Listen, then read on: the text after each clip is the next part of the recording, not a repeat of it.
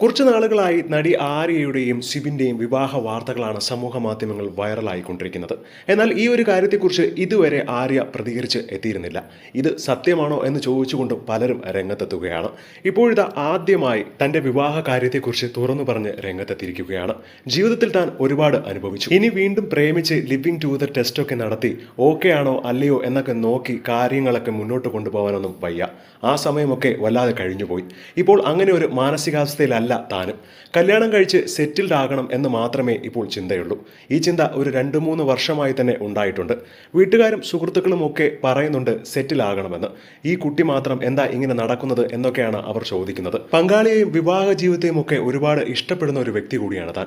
അമ്മ കല്യാണം കഴിക്കണമെന്നത് മോൾക്കും ഇഷ്ടമാണ്. ഉറ്റ സുഹൃത്തിൽ നിന്നും തന്നെ ഒരു ജീവിത പങ്കാളിയെ തിരഞ്ഞെടുക്കാൻ കഴിയുന്നത് വല്ലാതെ ഭാഗ്യമാണ് എന്നും ആര്യ പറയുന്നുണ്ട്. അർച്ചന സുശീലിന്റെ സഹോദരനെയാണ് ആര്യ ആദ്യം വിവാഹം കഴിച്ചത്. ആര്യ സിബിനുമായിട്ടുള്ള വിവാഹ നിശ്ചയം കഴിഞ്ഞ ചിത്രങ്ങൾ സോഷ്യൽ മീഡിയയിൽ പങ്കുവച്ചപ്പോഴും അർച്ചന സുശീലിനും സഹോദരനുമൊക്കെ ആര്യയ്ക്ക് ആശംസകൾ നേർന്നുകൊണ്ട് വന്നു.